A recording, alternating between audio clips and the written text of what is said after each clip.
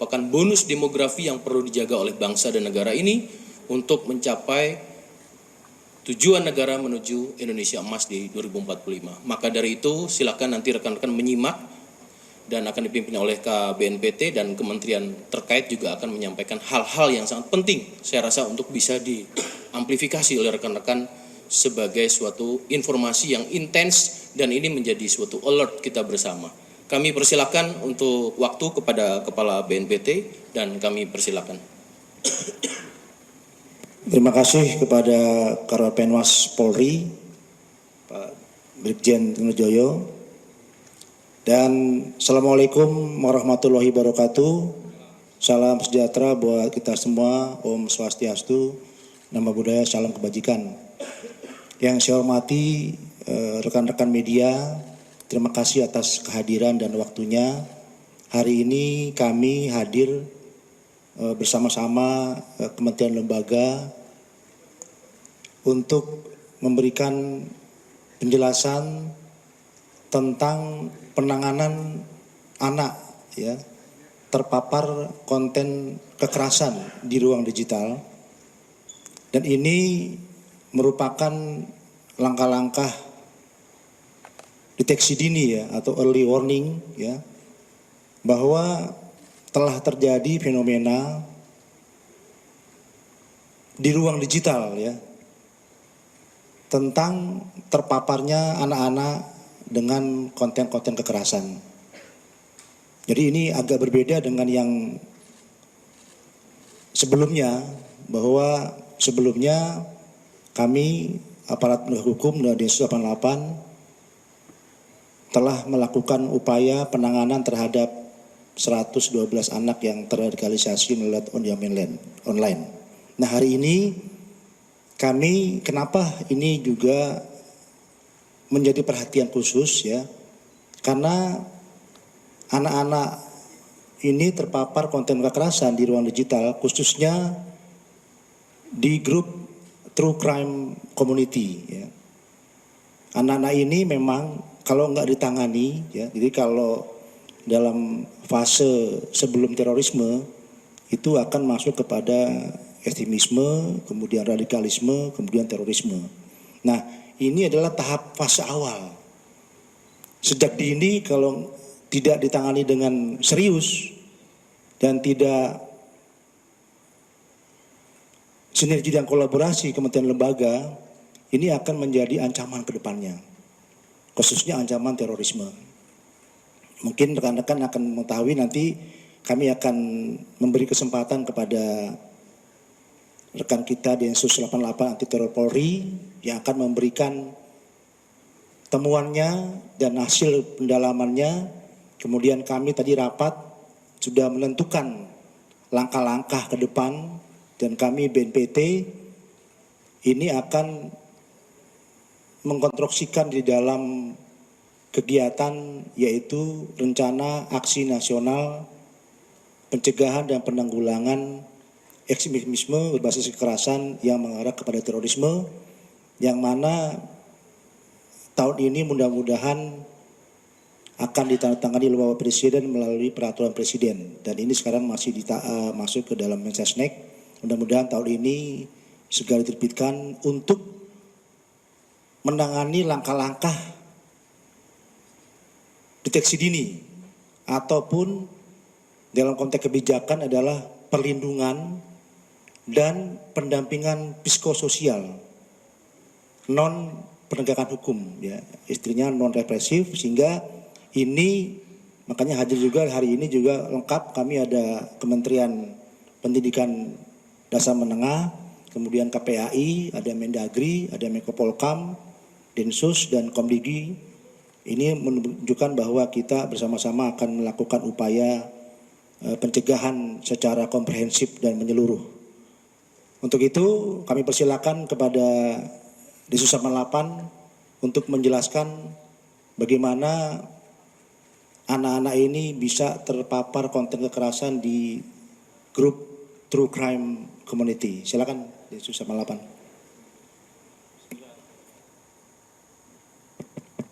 Assalamualaikum warahmatullahi wabarakatuh. Selamat siang, salam sejahtera untuk kita semua. Salam, Om Swastiastu, Namo Buddhaya, salam kebajikan. Yang terhormat Pak Kepala BNPT, masing-masing narasumber dari kementerian lembaga yang berkaitan dengan isu ditemukannya komunitas True Crime Community di Indonesia yang saya tidak bisa sebutkan satu-satu. Rekan-rekan media dan seluruh pemirsa yang hadir menyaksikan press release ini. Lanjut. Pertama, kami membenarkan apa yang disampaikan oleh Bapak Kepala BNPT bahwa Densus 88 telah menemukan adanya sebuah komunitas yang di sini dibingkai dalam sebuah grup media sosial, satu di antara puluhan grup yang kami temukan. Di mana kami bisa mengatakan latar belakang daripada ditemukannya grup ini di tahun 2025 kemarin, yang mana sampai dengan sehari yang lalu kami masih melakukan intervensi bersama dengan jajaran kementerian lembaga di masing-masing daerah. Adapun perkembangan propaganda melalui media sosial, baik dalam bentuk video pendek, animasi, meme, hingga musik yang dikemas secara menarik, dapat membangkitkan semangat untuk menjadikan ideologi, paham ekstremisme sebagai inspirasi. Kondisi ini rentan bila bertemu dengan kondisi psikologis anak yang masih berada pada fase pencarian identitas, belum memiliki kemampuan berpikir kritis, serta memiliki kecenderungan mencari pengakuan. Akibat paparan radikalisme maupun paham kekerasan di media sosial ini sangatlah cepat dalam mempengaruhi perilaku, emosi, juga pola pikir anak-anak. Salah satunya tren yang berkembang melalui media sosial di kalangan remaja yaitu komunitas True Crime atau The True Crime Community. Komunitas ini tidak didirikan oleh tokoh, pendiri, organisasi maupun institusi, tetapi dia tumbuh secara sporadis seiring dengan perkembangan media digital yang merupakan pertemuan antara minat seseorang terhadap kekerasan, sensasionalisme media, dan ruang digital yang transnasional. Lanjut. Data global memperlihatkan, ini kami ambil beberapa contoh ya, dari Januari sampai dengan Desember hampir masif ya terjadi beberapa kekerasan. Yang pertama adalah pelaku Henderson Solomon berumur 17 tahun melakukan penembakan di Antioch High School di Amerika di awal tahun 22 Januari 2025. Karena yang bersangkutan membenci dirinya berkulit hitam dengan paparan paham white supremacist melalui media sosial. Kemudian ada Robin M. Westman, 23 tahun, pada bulan Agustus 2025 melakukan penembakan saat ibadah para murid di gereja Katolik di Amerika karena terobsesi untuk membunuh anak-anak. Dan kemudian Trinity Shockley, 18 tahun, merencanakan penembakan juga di sekolah di Indiana, Amerika pada bulan Februari 2025. Dan kemudian Desmond Holly, 16 tahun, sebagai pelaku penembakan Evergreen High School di Colorado, US pada bulan September 2025. Dikarenakan yang bersangkutan terpapar paham antisemitisme dan defamation liga. Lanjut. Kemudian yang terbaru di Rusia yaitu atas nama Mario Naufal, 15 tahun, pelaku penusukan di Odintsovo, Moskow, Rusia pada tanggal 16 Desember 2025. Remaja ini bersenjatakan pisau melakukan penyerangan di sebuah sekolah di wilayah Moskow dan menewaskan seorang anak serta melukai seorang petugas keamanan. Komite Investigasi Rusia menyatakan bahwa insiden tersebut terjadi di wilayah Moskow dan kita bisa lihat apa kaitan kejadian di Moskow ini dengan kejadian di Jakarta. Lanjut. Nah, di dalam gagang senjata, pelaku penusukan di Moskow, Rusia ini, kita bisa lihat bahwa dia menuliskan ada Jakarta bombing ya di situ. Dituliskan bahwa Jakarta bombing 2025. Nah, di sini diambil oleh rekannya, kemudian diupload. Nah, saya ulangi, diambil orang yang bersangkutan, kemudian diupload di dalam komunitas ini, gitu ya. Nah, diduga ini terinspirasi adanya insiden bom SMAN 72 di Jakarta. Lanjut. Kepada rekan-rekan media, sebenarnya Densus 88 telah mengidentifikasi ya jauh sebelum kejadian SMAN 72, di mana di Jepara itu ada seorang anak yang juga ingin menjadi pelopor kekerasan di sekolah, kemudian ingin mengupload juga di komunitas mereka, gitu ya. Dan ini bisa ditangani oleh Densus 88 bersama dengan Polda Jateng. Dan kemudian selanjutnya pada 7 November 2025 kita bersama dikejutkan oleh insiden SMAN 72 ya. Dan itu kenapa bisa terjadi? Karena karakter daripada ABH yang melakukan aksi tersebut betul-betul sangat introvert, bisa dikatakan seperti itu, sangat tidak bersosialisasi dan tidak berkaitan dengan anak manapun dalam melakukan aksinya, gitu. Sehingga rekannya sekolah dan yang lain-lain tidak bisa mendeteksi secara cepat untuk dilakukan antisipasi. Selanjutnya setelah kejadian di Jakarta, di Kalbar pada 8 Desember 2025 juga demikian, cepat terdeteksi kemudian dicegah. Di Jatim 17 Desember 2025 dicegah untuk tidak melakukan aksi. Dan kemudian pada tanggal 22 Desember 2025 Mabes Polri beserta jajaran serempak untuk bersama-sama dengan kementerian lembaga terkait segera mengintervensi anak yang lain ya daripada 70 orang ini. Lanjut. Mengapa penanganan anak-anak ini prioritas?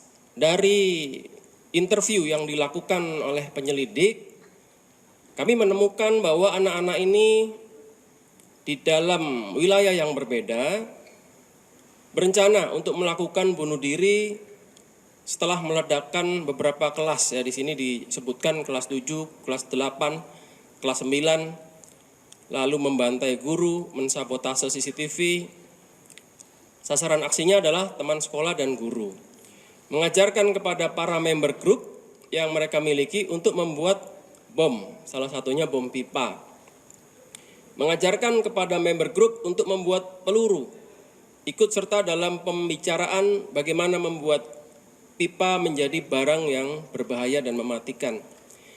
Mengatakan bahwa dirinya memiliki bom pipa, ditemukan bubuk yang diidentifikasi sebagai bahan kimia dalam membuat bahan peledak serta perangkat elektronik, juga atribut-atribut yang bergenre kekerasan seperti neonazi, white supremacy dan lain-lain.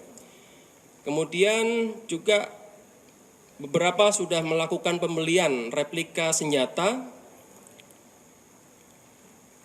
Ada juga yang ingin melakukan penusukan di sekolah. Dan sasaran penusukannya adalah pembuli di sekolah dan juga keterkaitan inspirasi beberapa game yang dilakukan, yaitu game-game yang bergenre kekerasan. Ya, di mana kita ketahui beberapa informasi terakhir yang kita dapat juga terjadi kekerasan serupa yang menimpa keluarga dan sebagainya. Tapi yang ini sasarannya adalah sekolah. Oke, lanjut. Suaranya bisa ditampilkan. Ini ada potongan video ya yang diupload oleh yang bersangkutan. Bisa di zoom.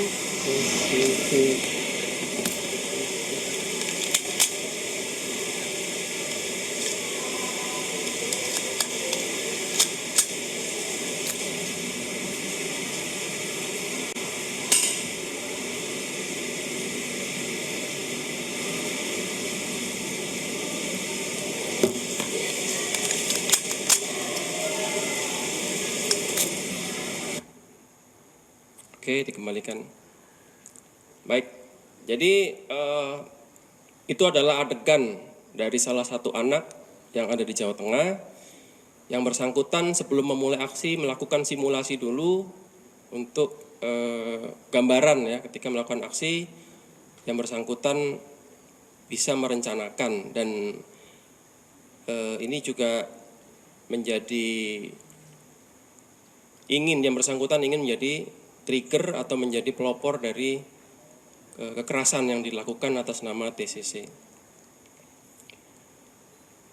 Kemudian pasca intervensi yang bersangkutan masih tetap ya ingin melakukan kekerasan tersebut, pernah membawa pisau ke sekolah dan memiliki koneksi internasional terdeteksi dengan Reda, yaitu pendiri kelompok BNTG di Perancis, yaitu Barber Nationalist Third Positionist Group ya. Ini adalah gerakan nasionalisme etnis Barber berbasis daring dengan ideologi third positionist berorientasi pada penyatuan identitas dan pembebasan politik etnis. Lanjut. Kemudian secara timeline ya, kejadian di Jakarta di SMA N72 ini sudah kita ketahui bersama. Lanjut.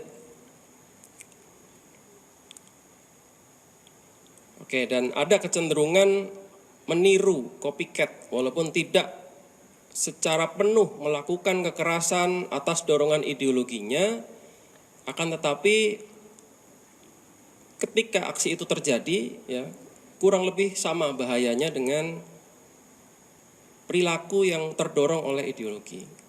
Lanjut. Ini bahkan teridentifikasi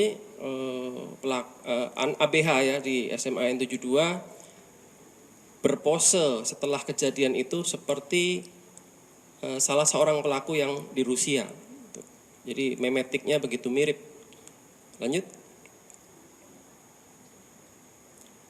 Kemudian juga di Singkawang, Kalimantan Barat, sesuai timeline tadi kami sebutkan, juga ditemukan benda-benda yang identik dengan kekerasan. Dan di sini kita bisa menyimpulkan bahwa walaupun tidak bertemu antar muka, anak-anak ini memiliki kemiripan dalam berperilaku. Lanjut.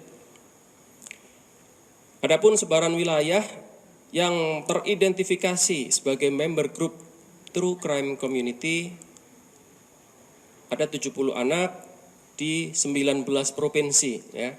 Di mana provinsi yang terbanyak yaitu DKI Jakarta ada 15 orang, kemudian Jawa Barat 12 orang dan Jawa Timur 11 orang. Setelah itu menyebar di beberapa daerah.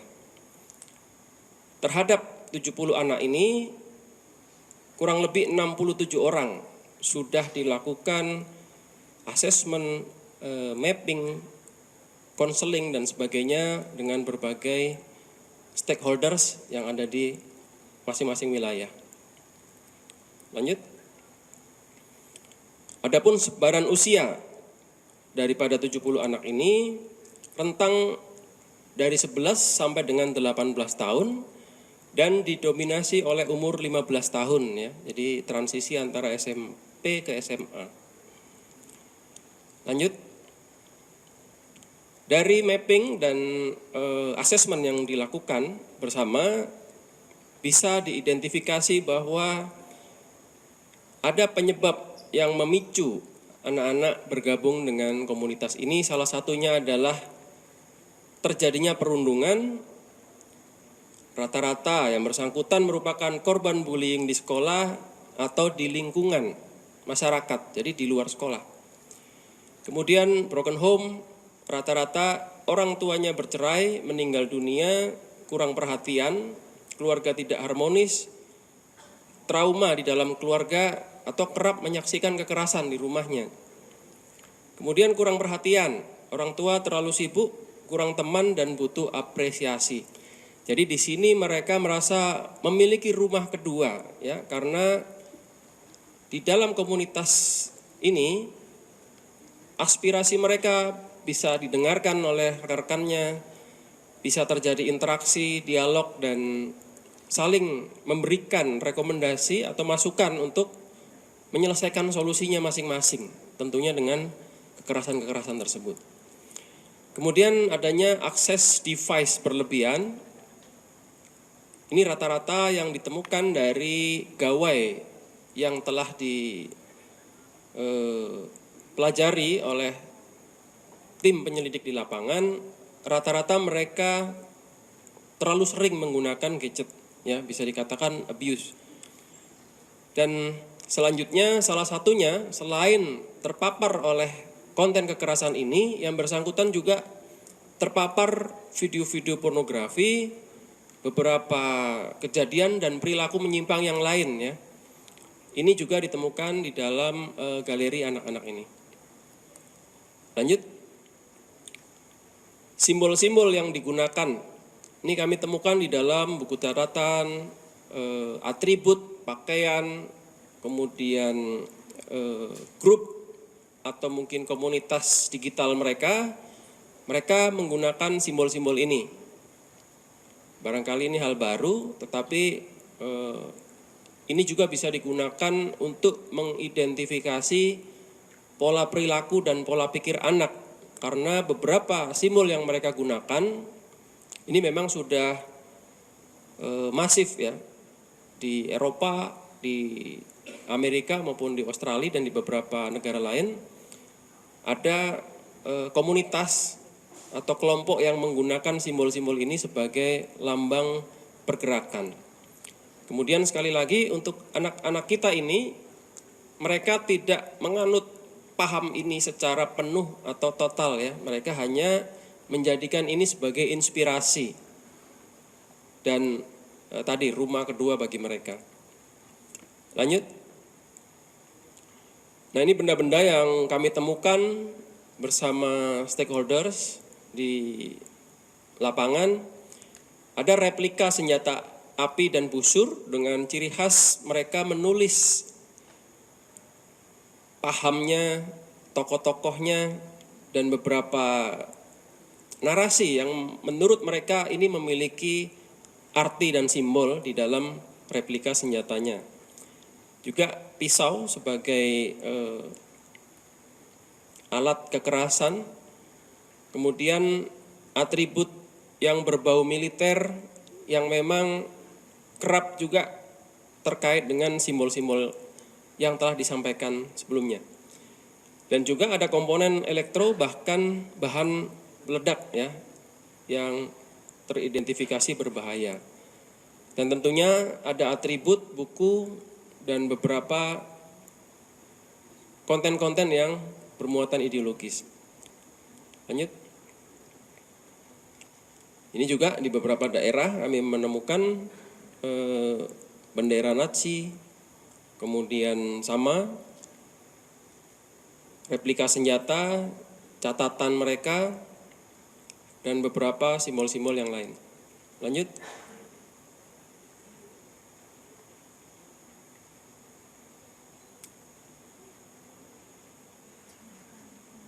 Mungkin balik ke 2 slide sebelumnya. Ya, satu lagi. Nah, videonya boleh di play dan di zoom seperti tadi, Mas. Balik. Yang elektro dan bahan peledak. Ya, bisa di zoom. Ini salah satu anak yang kami temukan yang bersangkutan membuat tutorial bagaimana membuat bom dalam bahasa Inggris yang diupload, ya, yang akan diupload untuk komunitas internasionalnya. Volumenya bisa dibesarkan. After you put the gunpowder, be careful because this is the most dangerous one. If you cannot careful because it will, it can be exploded. So be careful with that. Like this.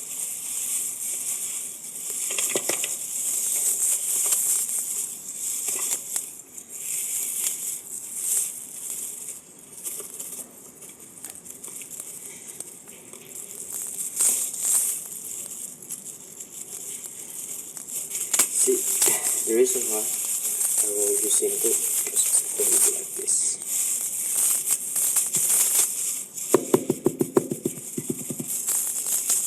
Baik, terima kasih. Kita lanjut.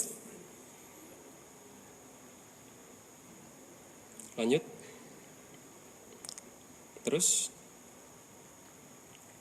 adapun beberapa nama grup yang terafiliasi dengan True Crime Community ini, rekan-rekan bisa lihat ada puluhan grup ya, dan ini masih aktif sebagai sarana kontrol bagi orang tua apabila menemukan grup-grup ini di gawai anaknya, segera untuk diberikan bimbingan ya, bahwa grup-grup ini teridentifikasi berbahaya karena mengajak anak kepada kekerasan. Lanjut. Yang terakhir adalah ciri-ciri anak terpapar. Ini penting juga bagi teman-teman, adik-adik di sekolah untuk mengidentifikasi, menyelamatkan teman-temannya apabila terindikasi ya memiliki beberapa ciri-ciri seperti ini. Yang pertama, salah satunya ditemukan gambar simbol nama pelaku kekerasan seperti yang tadi telah diuraikan di depan. Ini bisa jadi menjadi tokoh idola atau sosok yang ingin diikuti perilakunya. Kemudian cenderung menarik diri dari pergaulan ya, karena tadi seperti disampaikan bahwa komunitas ini cukup membuat mereka nyaman sehingga anak-anak lebih suka menyendiri dan untuk berlama-lama mengakses komunitas True Crime Community ini di dalam kamarnya biasanya gitu. Kemudian suka menirukan tokoh atau idola. Nah, ini sudah terbukti, kita memiliki insiden pernah terjadi insiden di SMAN 72 dan ABH yang melakukan tindakan tersebut. Dari replika senjatanya, dari postingannya, dari gaya berpakaiannya, bahkan aksi-aksinya, ini adalah cosplay yang dimainkan oleh pelaku-pelaku sebelumnya dari negara asalnya. Kemudian yang keempat, menyukai konten kekerasan dan sadistik. Itu cenderung juga, kalau kita melihat konten-konten yang diakses tidak normal ya. Jadi kalau orang normal melihat itu pasti tidak tega melihat kejadian-kejadian kekerasan yang sering di-upload di komunitas tersebut. Kemudian yang kelima, marah berlebihan ketika device-nya dilihat orang lain. Jadi yang bersangkutan paham bahwa ini sesuatu yang privasi bagi dia gitu. Ketika diinspeksi cenderung bereaksi secara keras. Dan yang terakhir, simbol-simbol yang tadi, simbol baik itu pistol, senjata api, replika, dan pisau yang identik dengan kekerasan itu kerap kadang dia bawa ke sekolah gitu ya, untuk dibuat inspirasi melakukan kekerasan. Itu yang bisa kami sampaikan dari Densus 88 terkait dengan pengungkapan 70 anak yang tergabung dalam member group TCC. Terima kasih atas perhatian dan waktu dan kesempatan. Izin kami berikan kepada Bapak Kepala BNPT kembali. Terima kasih kepada Densus 88 Anti Teror Polri. Nah, tadi rekan-rekan media sudah menyimak penjelasan dari Densus 88 bahwa ini menjadi tanggung jawab negara untuk melakukan upaya pencegahan dan deteksi dini.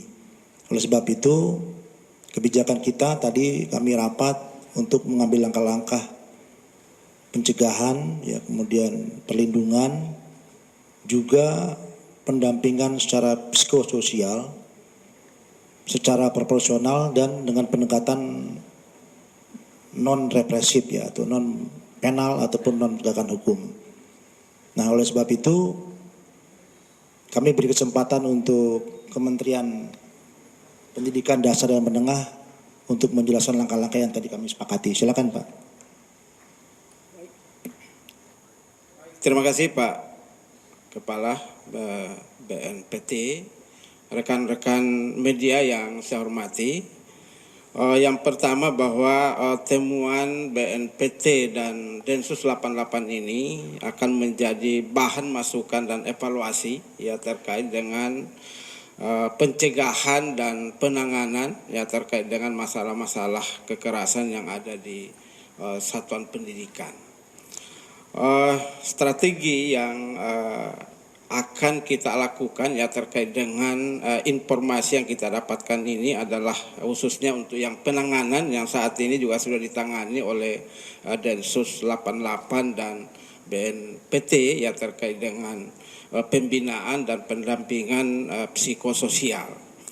Kemudian terkait dengan masalah pencegahan, nah ini memang kami saat ini ya lagi menyusun Permendikdasmen ya terkait dengan budaya sekolah aman dan nyaman ya.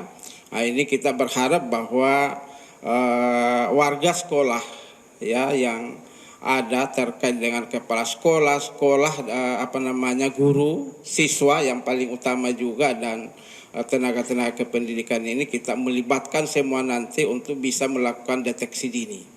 Dan tidak hanya itu juga kita berharap nanti bahwa pencegahan terkait dengan ini itu perlu melibatkan seluruh unsur.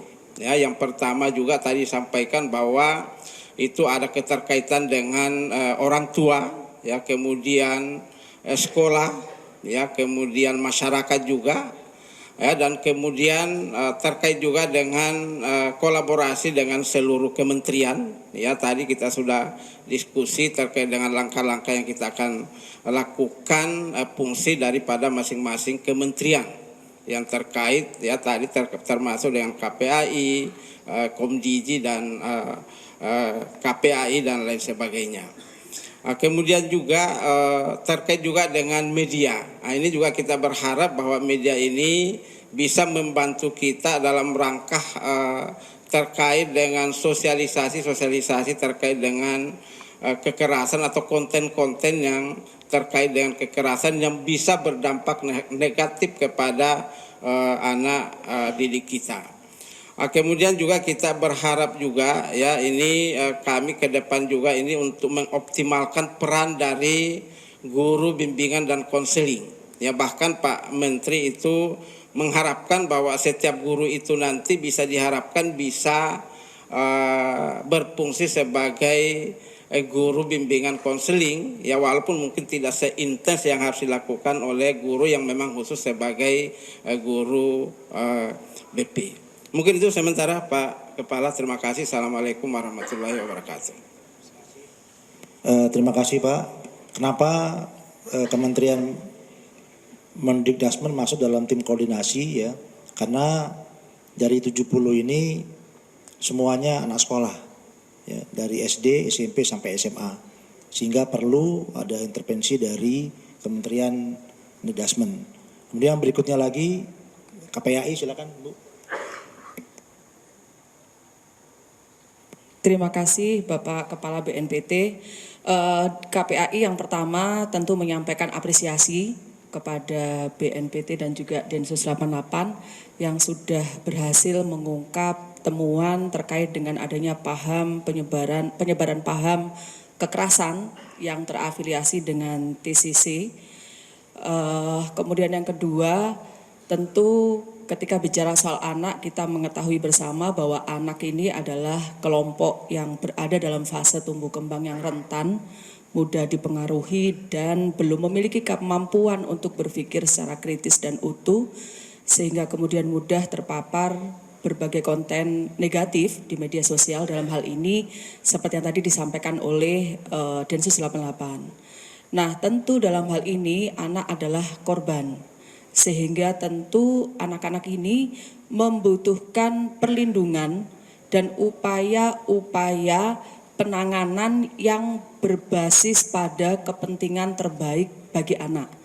Tentu dengan mengedepankan upaya pencegahan, edukasi, termasuk pemulihan, sehingga kemudian pendampingan psikososial yang tadi disampaikan menjadi sangat urgen terkait dengan anak-anak yang sudah disampaikan sekitar 70 anak ya yang terpapar dengan konten ini.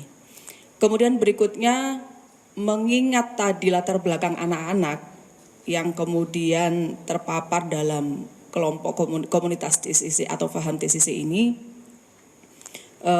maka tentu KPAI mendorong agar ada upaya atau perlu ada upaya-upaya. Yang pertama adalah penguatan support system bagi anak. Yang pertama, yang utama adalah kepada orang tua dan keluarga supaya bisa melakukan pengasuhan yang berkualitas, yang berperspektif literasi digital. Kemudian yang kedua adalah penguatan kepada support sistem anak, orang-orang yang terdekat dengan anak, terutama yang berada di lingkungan satuan pendidikan, agar dapat melakukan upaya-upaya penguatan perlindungan anak di satuan pendidikan dengan penguatan penerapan sekolah ramah anak atau keberadaan Satgas Pencegahan dan Penanganan Kekerasan di satuan pendidikan. Kemudian karena tadi juga kita mendengar, karena ini berkaitan dengan konten negatif, tentu perlu juga ada upaya-upaya penguatan perlindungan anak di media daring dari berbagai konten negatif, dalam hal ini adalah kekerasan. Dan yang terakhir, mengingat praktek bullying menjadi salah satu juga yang berkontribusi ya, atau juga menjadi salah satu hal yang menjadi latar belakang terjadinya atau mendukung anak-anak masuk atau terpapar dengan HAM ini, maka kita juga perlu ada upaya-upaya penguatan kolaborasi dalam penindakan tegas dan pemberantasan praktek-praktek bullying yang ada di kalangan anak-anak. Mungkin itu, terima kasih. Assalamualaikum warahmatullahi wabarakatuh.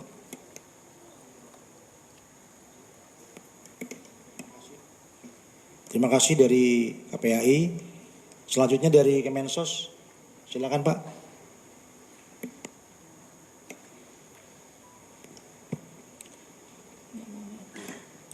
Assalamualaikum warahmatullahi wabarakatuh.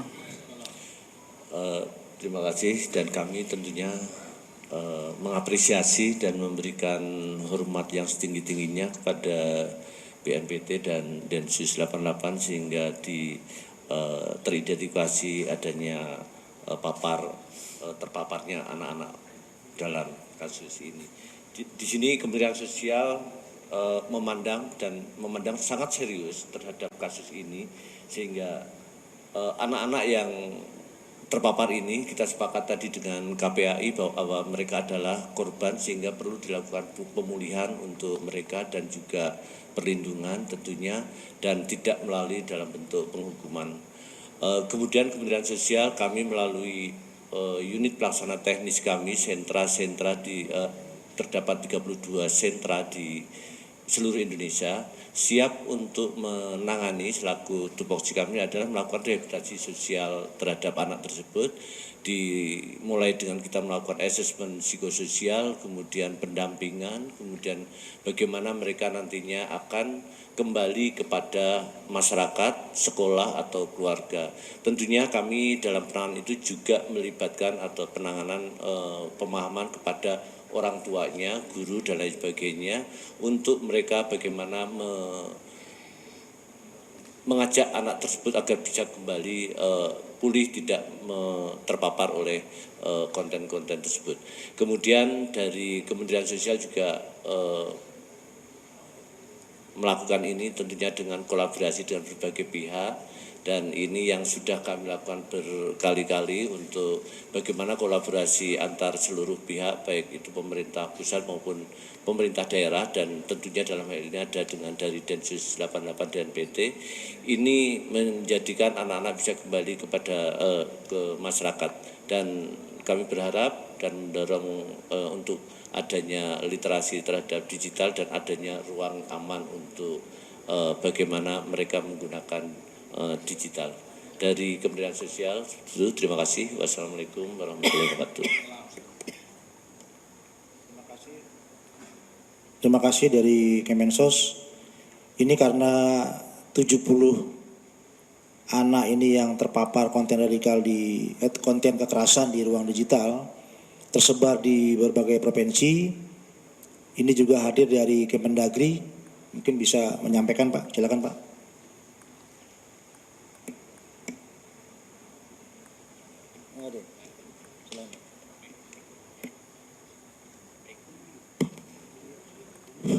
Terima kasih Bapak Kepala BNPT, Bapak Ibu sekalian dan rekan-rekan media. Terkait dengan, mohon izin, terkait dengan tadi hasil rapat penanganan anak terpapar konten kekerasan di ruang digital, tentunya sudah sepakati bahwa ini menjadi tanggung jawab seluruh pihak multisektor, baik kementerian lembaga dan tentunya teman-teman jajaran Pemda sesuai dengan kewenangannya. Yang kedua, tadi juga kami juga menyampaikan apa yang menjadi langkah cepat dan langkah taktis saat ini. Tentunya perlu adanya suatu kebijakan cepat, tentunya dimulai dari pemerintah pusat sampai pemerintah daerah terkait dengan bagaimana penanganan anak terpapar konten kekerasan di ruang digital, baik dalam lingkungan sekolahan, keluarga, dalam pengawasan orang tua, dan tentunya bagaimana di luar itu semua adalah di tengah-tengah masyarakat. Sehingga dalam waktu dekat ini dan segera kami akan menghimbau dan menginstruksikan pada seluruh para kepala daerah untuk mengeluarkan surat edaran sebagai tindak lanjut cepat terkait dengan persoalan penanganan anak terpapar konten kekerasan di ruang digital. Selain itu tentunya secara simultan pelibatan dari stakeholder ini tidak hanya sebatas pemerintah pusat, kementerian lembaga terkait maupun jajaran Pemda, provinsi, kabupaten maupun kota, tetapi bagaimana pelibatan seluruh forum yang ada di masyarakat. Karena kami juga tentunya sebagai pembina ada FKDM, ada FKUB, EPK, dan yang lain. Tadi seperti yang disampaikan Bapak Kepala BNPT bahwa inilah bagian dari deteksi dini ataupun early warning. Sebelum nanti daripada terjadi dalam fase ekstremisme, radikalisme, sampai kepada aksi terorisme, lebih baik kita mencegah secara dari awal sebelum terjadi pada rangkaian tindakan yang memang lebih serius. Terima kasih, mungkin itu saja Bapak BNPT. Terima kasih. Wassalamualaikum warahmatullahi wabarakatuh. Terima kasih. Selanjutnya dari PPA Barreskrim Polri, silakan. Mohon izin dari kami intinya bahwa di PPA menyampaikan bahwa penanganan terhadap anak ini adalah kita harus selalu bersinergi dengan stakeholder lainnya dalam rangka pencegahan, kemudian pemulihan terhadap anak, termasuk rehabilitasi sosial dan psikologi sosial. Saya itu, Pak. Terima kasih. Terakhir dari Menko Polkam.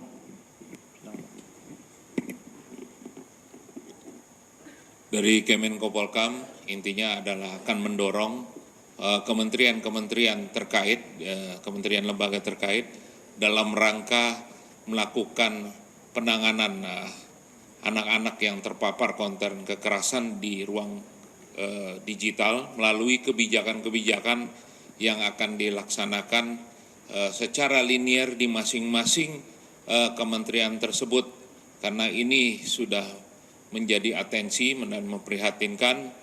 Karena itu tidak saja pada saat kejadian tetapi sudah dimulai sejak dini melalui pencegahan-pencegahan yang akan dilakukan sesuai dengan tupoksi dari masing-masing kementerian lembaga. Terima kasih. Terima kasih. Rekan-rekan media, demikianlah apa yang bisa kami sampaikan. Ya, ini menunjukkan bahwa kami nanti sepakati tadi rapat bahwa kegiatan sinergi dan kolaborasi ini akan dilakukan dalam kerangka rencana aksi nasional pencegahan dan penanggulangan ekstremisme berbasis kekerasan yang mengarah kepada terorisme. Dan mudah-mudahan tahun ini peraturan presidennya agar segera terbit sehingga kita bisa untuk melakukan upaya langkah-langkah yang sistematis terpadu dan berkesinambungan. Mungkin itu saja, kita kembalikan ke Pak Karopenmas. Silakan Pak. Terima kasih Bapak Kepala BNPT. Rekan-rekan media, tadi beberapa sudah dipaparkan dari awal Densus 88 Anti Teror Polri, 70 anak dan kemudian sebaran pada 19 provinsi, tentunya secara kuantitas maupun ini juga secara kualitas menjadi perhatian kita bersama. Tadi sudah disampaikan juga tentang penguatan-penguatan dari mulai lingkungan keluarga, kemudian lingkungan tempat tinggalnya sampai dengan sekolah.